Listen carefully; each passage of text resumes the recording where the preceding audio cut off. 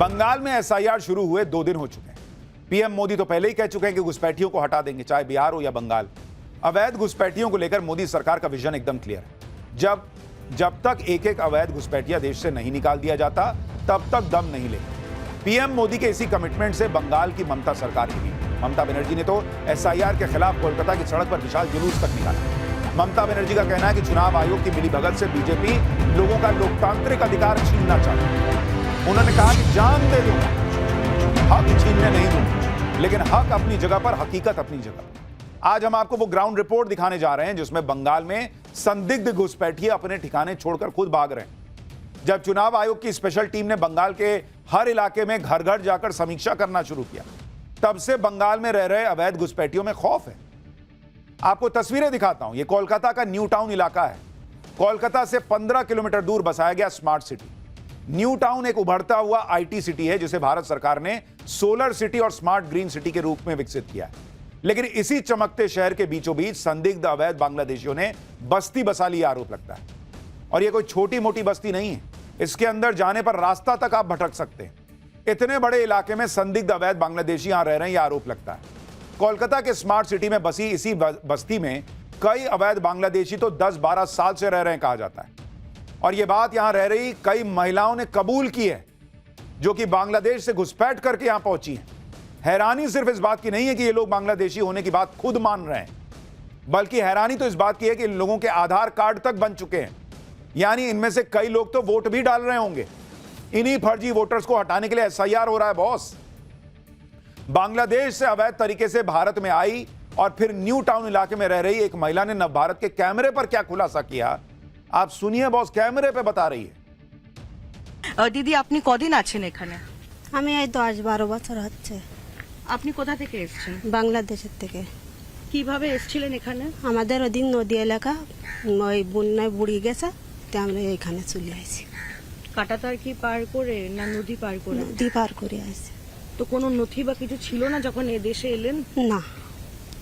এখন আপনাদের কাছে কোনো ভারতের নথি আছে, আধার কার্ড? আমার একটা আধার কার্ড আছে, এইখানে ছেলেটা স্কুলে ভর্তি করে দিলাম, তো ভর্তি হচ্ছিল না বলে ওইখান থেকে করে দিয়েছে। আচ্ছা, আর কিছু নেই, ভোটার আইডি টাইডি কিছু নেই। তো আপনারা এত বছর আছেন, আধার কার্ড তো ভারতীয় নাগরিকদের জন্য, আপনারা তো বাংলাদেশের নাগরিক, তো এখানে যখন এসেছেন তো আপনারা আধার কার্ড পেয়ে গেলেন কি করে? আমরা স্কুলে ওই ছেলেটা ভর্তি করেছি, ওরাই থেকে করিয়ে দিল, ওই ছেলেটা ভর্তি করতে দিলাম না। আচ্ছা, আপনারা এরকম কজন আছেন এই এলাকাতে? কি জানি, হয়তো আমি তো জানি না। আমরা ইরির খোলে থাকি, ইরির খোলে আমাদের 18 জন লোক রই। তো এখন তো এসআইআর হচ্ছে, দেখা হচ্ছে কারা ভারতীয় নাগরিক, কারা হচ্ছে বাংলাদেশের নাগরিক। তো কি কোনো ভয় আছে বা আপনাদের কি ফিরে যেতে হবে? আমাদের ফিরে গিয়েও আমাদের ওখানে জায়গা নেই, তাও যেতে হবে, আর কি করবো। তা এখানে আমরা ওই খাটি খাই, তো পথ করে টাকা জোগাড় করতে পারিনি, করলে বাসে। আপনার বাড়িতে পুরুষ মানুষরা কোথায়? আমার ছেলে আজ খালি একটা, তা ওই কাজে চলে গেছে। আচ্ছা, কিরকম কাজ করে? ওই এই ময়লা টয়লা নিজে লাবাই দেয়, এ করে, ক্যামেরার কাজ করে। ওদেরও নথি আছে, আধার কার্ড বা ওদের তৈরি হয়ে ওই আমার ছেলেটার খালি রয়েছে, ওই স্কুলিতে আমাদের করে দেবো, ওদের কেটা করে দেবে বলো। তো এখন কি ভয় আছে এসআইআর এর জন্য? হ্যাঁ, এখানে অনেক ঘর বাড়ি তো বন্ধ হয়ে গেছে, যেখানে বাংলাদেশিরা থাকতো, ওরা কি পালিয়ে যাচ্ছে, ফিরে যাচ্ছে কি? সব অনেকে তো চলে গেছে। আমরা তো ওই টাকা পয়সা পথ খরচের জ্বালায়, অভাবের জ্বালায় তো আমরা এখনো যেতে পারিনি। এবার আমরা কি করবো, না থাকতে পারলে আমাদের দেশে চলে যেতে হবে। आप सुन रहे हैं, नव भारत के कैमरे पर बांग्लादेशी महिला खुद मान रही है कि वो बांग्लादेशी है। खुद बता रही है कि उसकी जानकारी में यहां 18 लोग रह रहे हैं, उसके घर में पुरुष भी हैं, आधार कार्ड बन गया है, और खुद ये भी बता रही है कि कई लोग घर बंद कर करके चले गए क्योंकि एसआईआर हो रहा है। ये लोग बंगाल के किसी दूर दराज के जिले में नहीं बसे हैं बॉस, ये ममता बनर्जी के शहर में बसे हुए हैं बांग्लादेशी लोग। ममता बनर्जी को तो सिर्फ मोदी और एसआईआर का विरोध करना है। बंगाल में एसआईआर से क्या फर्क पड़ रहा है वो आप देखिए। आरोप है कि जो अवैध बांग्लादेशी कोलकाता के न्यू टाउन इलाके में 10-12 साल से रह रहे थे, अब उन्होंने भागना शुरू कर दिया है। ये वो संदिग्ध अवैध बांग्लादेशी बताए जा रहे हैं जो एसआईआर के खौफ से अपना सामान पैक करके भाग रहे हैं। नव भारत की टीम जब न्यू टाउन इलाके में पहुंची तो ऐसे कई लोग मिले जो अवैध बांग्लादेशी थे। इनमें से कई लोग एसआईआर के डर से घर छोड़कर भाग गए थे। जो लोग यहां बचे थे वो कैमरे के सामने बोलना नहीं चाहते थे ज्यादातर। हालांकि कुछ महिलाओं ने जो बताया वो बेहद चौंकाने वाला था। सुनिए जरा। আপনি কি বাংলাদেশ থেকে এসেছেন? হ্যাঁ, আমি বাংলাদেশের থেকে আইছি। তো আপনি আসলেন এখানে কি করে, মানে কাটাতার পার করে এসেছেন না কি করে এসেছেন? হ্যাঁ, আমরা যখন আইছিলাম আমাদের দিকে আলা ছিল, ডুবে গেল, সেখানে আইছিল। আচ্ছা, তো আপনাদের কোনো ডকুমেন্টস বা কিছু? না, আমাদের নথি? ডকুমেন্টস কোনো কিছু নেই। এখানে ভারতের আধার কার্ড বা হচ্ছে ভোটার আইডি কিছু আছে আপনাদের? আমার ভোটার কার্ড নেই। আর আধার কার্ড? আধার কার্ড তো আছে, বাচ্চা স্কুলে ভর্তি করার জন্য। হ্যাঁ, বাচ্চা সরকারি স্কুলে পড়ে, তার ছেলের জন্ম সার্টিফিকেট আছে এখানে, তাছাড়া আর কিছু। তো আপনাদের তো কোনো নথি ছিল না, তো আধার কার্ড হলো কি করে? হ্যাঁ, আধার কার্ড? মানার আধার কার্ড করে দিল স্কুল থেকে। ওরা করে দিয়ে? হ্যাঁ, স্কুল থেকে মানা করে দিল।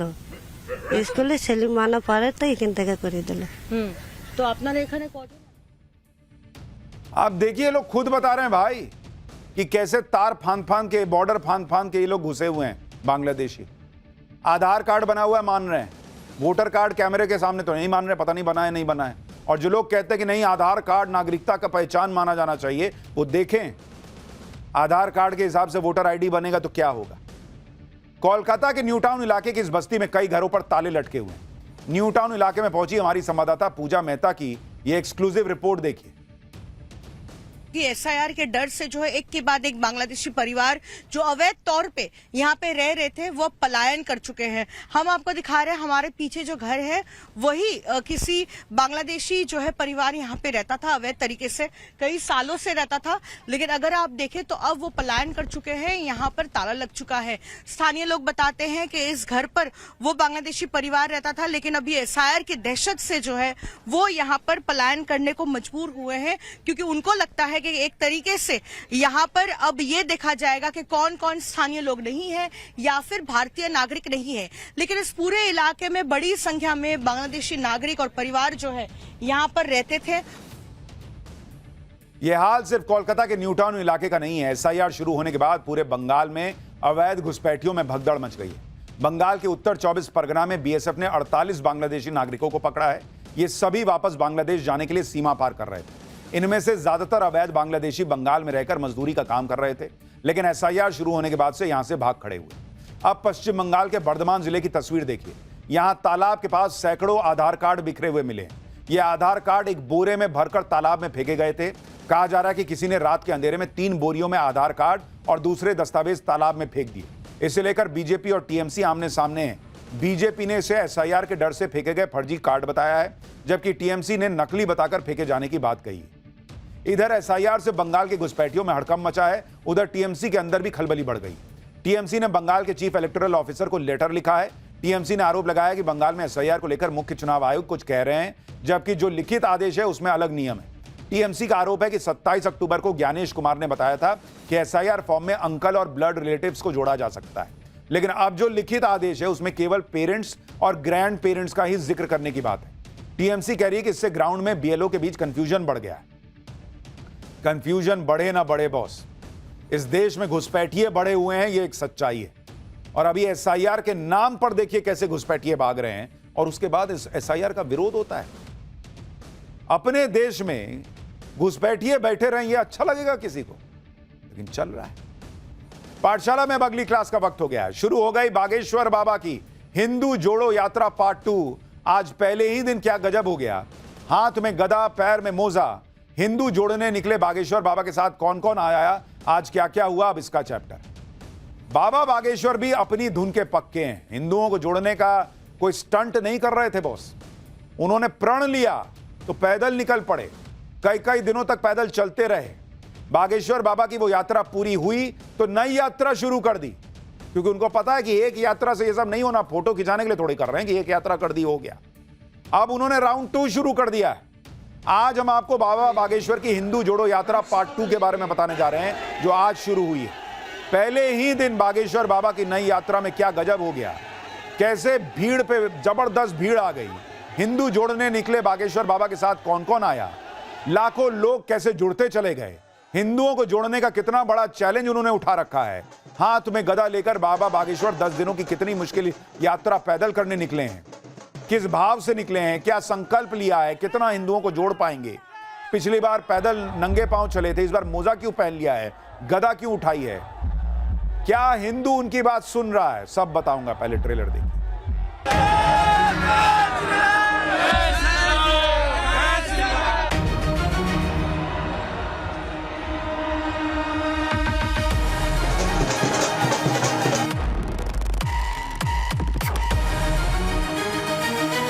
काष्टवाद को शून्य करके राष्ट्रवाद को बढ़ावा देने की है। धर्म विरोधी और देश को बिगाड़ने वालों की ठटरी भरेगी।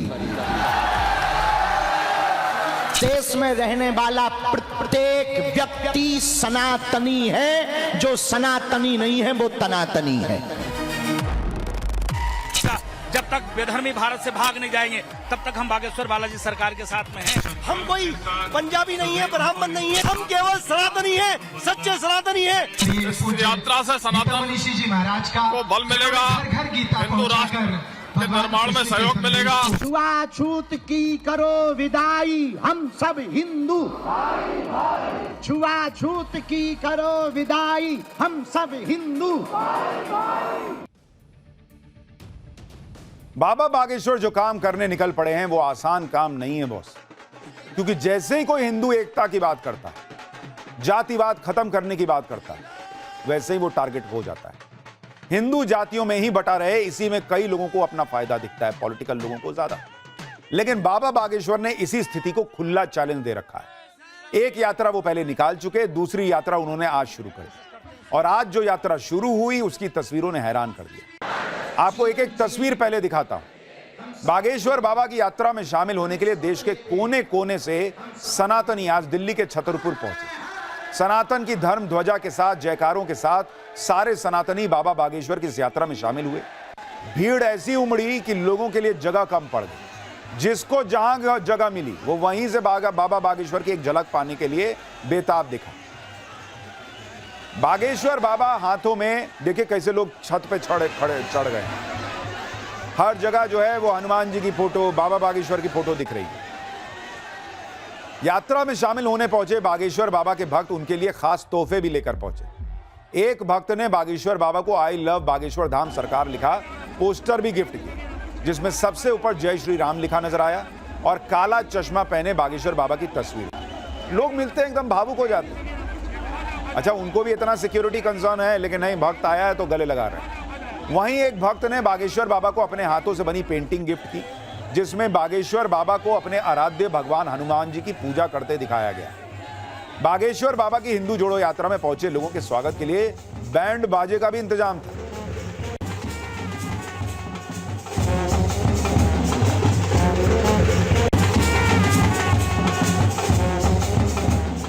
बागेश्वर बाबा ने यात्रा की शुरुआत करने से पहले छतरपुर के मंदिर में माता कात्यायनी की पूजा की और यात्रा की सफलता का आशीर्वाद लिया। इसके बाद बागेश्वर बाबा और यात्रा में शामिल होने पहुंचे साधु संतों के साथ दीप प्रज्वलित किया गया और फिर बागेश्वर बाबा ने यात्रा शुरू करने से पहले गौ माता की पूजा की। इसके बाद शंखनाद के साथ हिंदू जोड़ो यात्रा पार्ट 2 की शुरुआत हुई। सनातन के लिए बागेश्वर बाबा की पदयात्रा के लिए सनातनियों में गजब उत्साह था। आप एक बार देखिए बागेश्वर बाबा ने यात्रा में शामिल लोगों से क्या जयकारे लगवाए, फिर बागेश्वर बाबा की सनातन हिंदू यात्रा में उमड़ी गजब की भीड़ की कुछ और तस्वीरें दिखाता। भारत हिंदू राष्ट्र की, सत्य सनातन धर्म की, गौ माता की, छुआछूत की करो विदाई, हम सब हिंदू। छुआछूत की करो विदाई, हम सब हिंदू। भेदभाव की करो विदाई, हम सब हिंदू। हम सब हिंदू, हम सब हिंदू। आज से शुरू हुई बागेश्वर बाबा की हिंदू एकता यात्रा पूरे 10 दिन चलने वाली है। इस यात्रा में शामिल होने के लिए 50,000 से ज्यादा भक्तों ने ऑलरेडी ऑनलाइन रजिस्ट्रेशन करवाया हुआ है। लेकिन आज यात्रा के पहले ही दिन भक्तों की ऐसी भीड़ उमड़ी कि संभालना मुश्किल हो रहा था। लोगों की भीड़ इतनी ज्यादा हो गई कि कई लोग तो बागेश्वर बाबा की झलक पाने के लिए यात्रा के लिए बनाए गए स्वागत द्वार के ऊपर चढ़ गए। देखिए कहां कहां लोग चढ़ गए। बागेश्वर बाबा का अपने भक्तों से कनेक्ट करने का तरीका देखिए। वैसे तो बागेश्वर बाबा लगातार यात्रा में शामिल लोगों का हौसला बढ़ाते नजर आते हैं, लेकिन जब बागेश्वर बाबा की नजर सड़क के किनारे बस स्टैंड की छत पर चढ़े कुछ भक्तों पर पड़ी तो पहले तो बाबा ने उन्हें नीचे उतारने के लिए कहा, फिर उन पर गुस्सा करते भी नजर आए।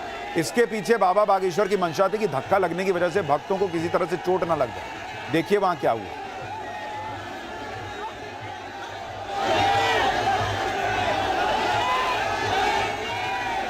तो जो जहां मौका मिल रहा था वहां चढ़ जा रहा था और बागेश्वर बाबा की झलक पा रहा था, उन्हें यह बता रहा था कि मैं आपके साथ हूं हिंदू जोड़ो यात्रा में।